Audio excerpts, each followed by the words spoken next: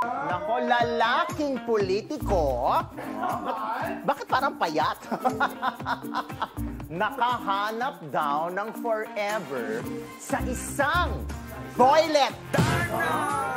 Yun sa anak ng Fu. Galing sa angkan ng mga politiko, itong ating subject. Natawagin natin Papa. Pero, itong si Papa, may misis? Ay, misis? Oo. Si Papa? Correct! Kaya natatakpan yung issue. Kahit may mga pagdududa, bilang meron namang props ito na misis, hindi masyadong napapansin o natatabunan. Although, sabi ng anak ng Fu, may chika na naaamoy na rin daw ni misis ang matres ni Papa. Meron pong isang personalidad. Ano to, appointee ito sa ating pamahalaan. Na naku, talagang hindi na po pwedeng makita ngayon ng isang mataas na tagapamuno dahil nagsalita. Ayoko na siyang makita dito sa opisina ko. Kahit saan, ayoko nang makita ang pagmumukha ng taong yan. Ayan. Kinasusok naman na ang peg. Hindi na siya po pwedeng makita ng mataas na tagapamuno. Kala ko ba powerful kayo? Walang forever. Lalaking politiko! Ayan lang siya. Wow! Parang action star Etong male politiko. May kineme. Hotdog. Kineme yung isang Julalay. Ayon sa anak ng Fu, etong balanding ito, charot de. Etong politiko na ito, gumola sa isang palasyo. Wow, parang dadalhin kita sa aking palasyo. Kasi kinita ni politiko ang isang pastor. Parachi. Pero, may kaharap na ni politiko si pastor. Biglang nalihis ang tingin ng politiko. Nakita niya ang Julalay ng pastor. Alam mo ba kung anong ginawa ng politiko? Siyempre, ano yan? Kumuha siya ng panyo. Tapos? Lumunon siya. Nagtunas. Kasi tumulo yung laway niya. Nung nakita niya yung Julalay ng pastor. At pagkaganon niya ng panyo, bigla siya ay! Naulog yung panty niya. Ng isang sikat na singer, ayan, si Ronnie Liang. At ang dating spokesperson ng dating Pangulong Rodrigo Duterte, anyway, Mare, nasaktan ng OPM artist at Army Reservist na si Ronnie Liang. Dahil? Nang idamay ng netizen ang kanyang foundation. Sa viral video nila ni Attorney Harry Roque. Ayan. Bakit? Anong meron sila? Eto nga, Mare. May mga netizen kasi na nagbanggit sa Ronnie Liang Project, Ngiti Foundation, nang pumalat ang video ng singer-actor na kasama ang dating presidential spokesperson na si dating Presidente Rodrigo Duterte. Ayan. Ayan. So siya naman...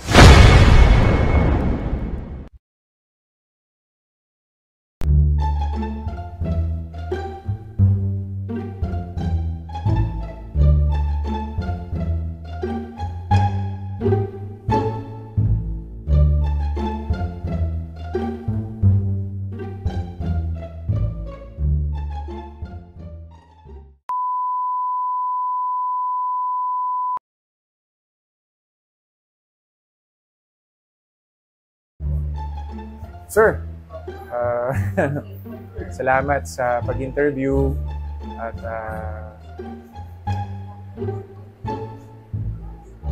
salamat po. Ayoko magsalita. Salamat po kahit paano isang karangalan na ma-interview nyo at thank you for being that accommodating sa amin dahil po doon yun nga na karon ng iba na bigyan kayo ng ibang interpretasyon or ibang issue because ganon. Pero yun talaga siya, si attorney. We cannot judge him.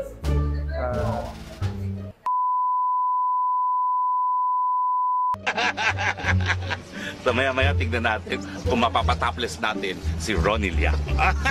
Okay, ako magta-topless ako. See you later! So maya-maya tignan natin kung mapapatopless natin si Ronnie Liang. Okay, ako magtatopless ako.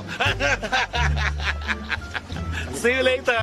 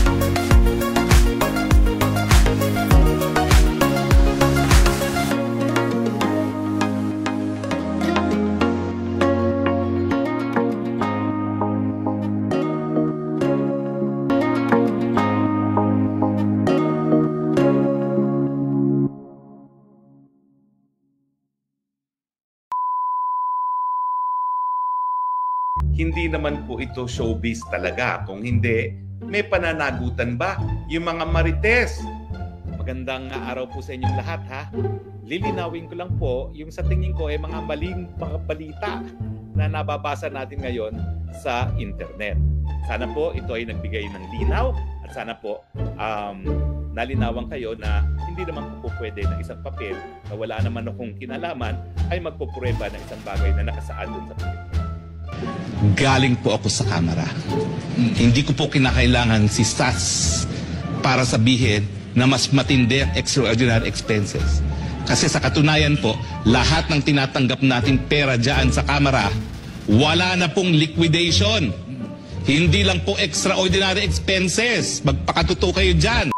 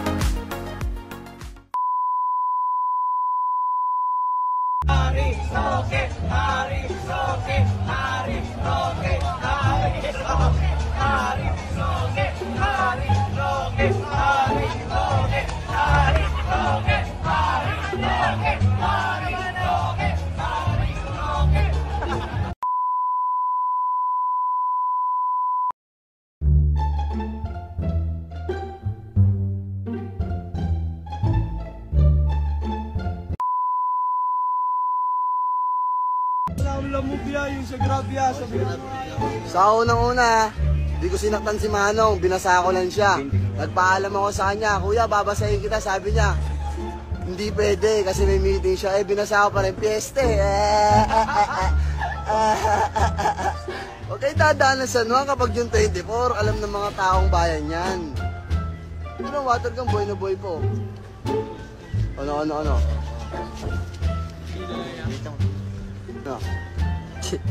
Ayup. Guys, medyo na-stress na ako guys. Mga namaba sa akin, mga nagbabanta sa akin guys. Hinahanap ko yung si Manong Rider para matapos na yung problema. Napatawad pala sa iyo, Manong Rider, sa nabasa ako. Ako po humingi ng paumin sa inyo. Gusto ko po kayo makamit. Humingi ng tawad sa inyo sa personal. Yung nagawa ako, tawarin niyo po ako. Kung napapanood niyo po itong video na ito, kontakin niyo po yung Dexter Castro. Mag-meet po ako sa inyo. Kung masyado na rin po kasi ako na-stress sa mga nagbabanta sa akin, hindi na rin po talaga kaya. Hindi nga alam gagawin ko rin talaga. Lagi yung iniisip. Hihingi po ako ng paumanin sa inyo sa personal. At hindi lang po yun, bibigyan ko rin po kayo ng helmet. Pati kapote para po sa inyo. Manong Rider, sana po mapanood nyo to. I love it. Ito ang para sa inyo. I love it! Una po nagpapasensya po ako sa amin ngayon na sinagawa ko po. Dahil po sa akin, parang sira po ang kasanuan po. Sa lahat po, humingi po ako ng paumingi sa inyo sa mga sabi ko po sa inyo. Lalo na po sa rider, humingi po ako ng tawad po sa inyo at gusto ko po kayong makita sa personal na gusto ko po sa inyo humingi ng paumanin po. Sa mga nagbabanta po sa akin, hindi ko na rin po maisip kung ano po, stress na rin po ako na kung ano-ano na lang din po yung lumalabas sa pagbabanta sa akin na lalo na po sa mga pamilya ko. Huwag naman po sana nilang idamay kung nagalit po sila sa akin, ako na lang po ang ano nila. Dahil masakit din po kasi nadadamay po yung pamilya ko.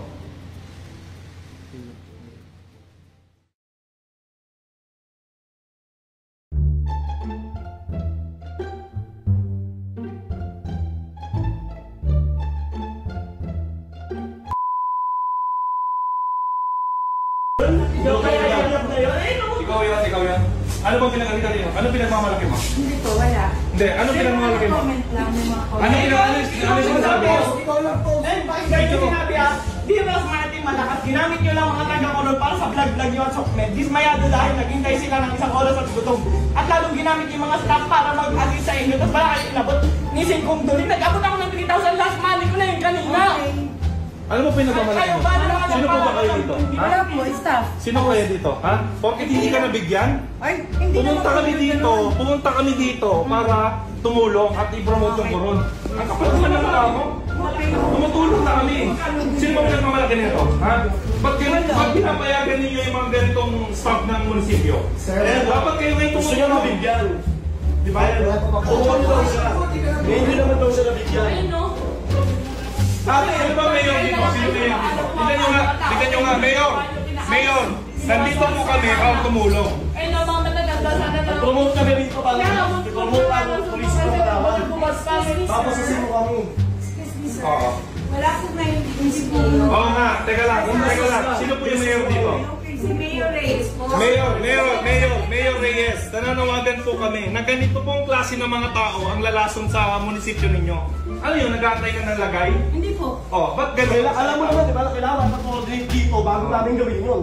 Kaya kung ako mag-assist, ba't una namin bigyan niyo mag-assist? Eh, para sa mga kapagbahay nyo dito, naglilingkod ka rito, di ba? Sino priority nyo? Yung priority, Sino priority? taga-munisipyo. Bakit mas una kayong lagyan, ganon? Hindi po gano'n. May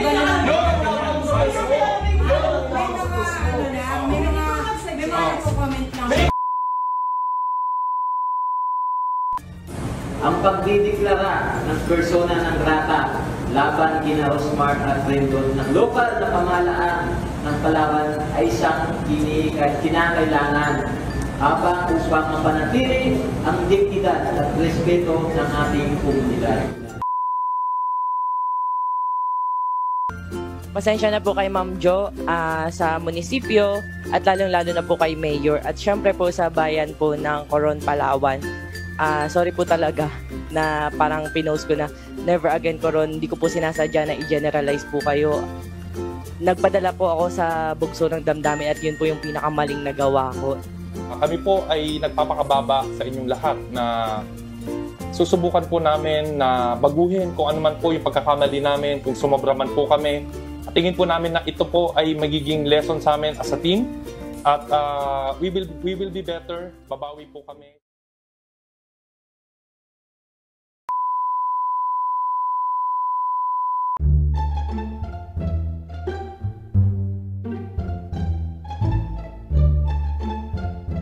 Well, anyways, may nakarating kasi sa akin na balita na isa daw sa Star Cinema gustong ipa-down yung news regarding dun sa Star Cinema na tanging ina Chuchu na interview ko kasi nga 'di ba nagka-press con kami because of yung MC aesthetic na ako yung COO dito sa San Francisco na ako ang dating sa akin parang na-off ako tsaka parang nagtataka ako. Eh, parang naluloka ako. Bakit parang may pa-down na ang datingan na gano'n?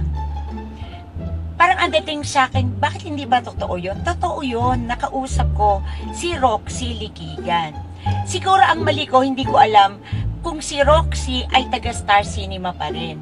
Pero si Roxy ay dating taga Star Cinema at siya yung medyo ka-close ko doon. Kumakumari ko, ganyan. So, doon talaga ako nagtanong sa kanya. Sasabi ko naman sa kanya, ay, ako naman dream kong gawin yung Tangi Ina, the reunion.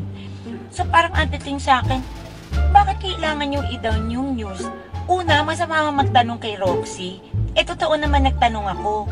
Ang tanong ko, magkano ba yung ganon para in case? Tapos sino ang pwedeng maging director in case? Anong masama dun? Alam naman magtanong ako sa Regal, sa Viva, o kaya sa Seiko Films. Ang Star Cinema naman ang gumawa ng Tanging Ina. At saka, ako naman yung Tanging Ina dun, di ba? So, anong masama kung magtanong ako? At saka kung ano naman masama kung mabalita yun? Masama ba yun? Di ba nagtatanong lang naman ako?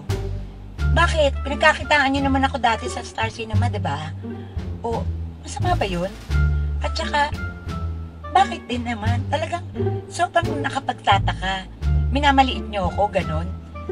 Oh, bakit? Talagang wala naman tayong magagawa. Ako naman yung naging Tanging Ina, di ba? Ano ba dahilan nyo? Bakit? Ano talaga? Sa totoo lang. Parang, ha? Talaga? Ano ba yun? Yun ang dating sa akin.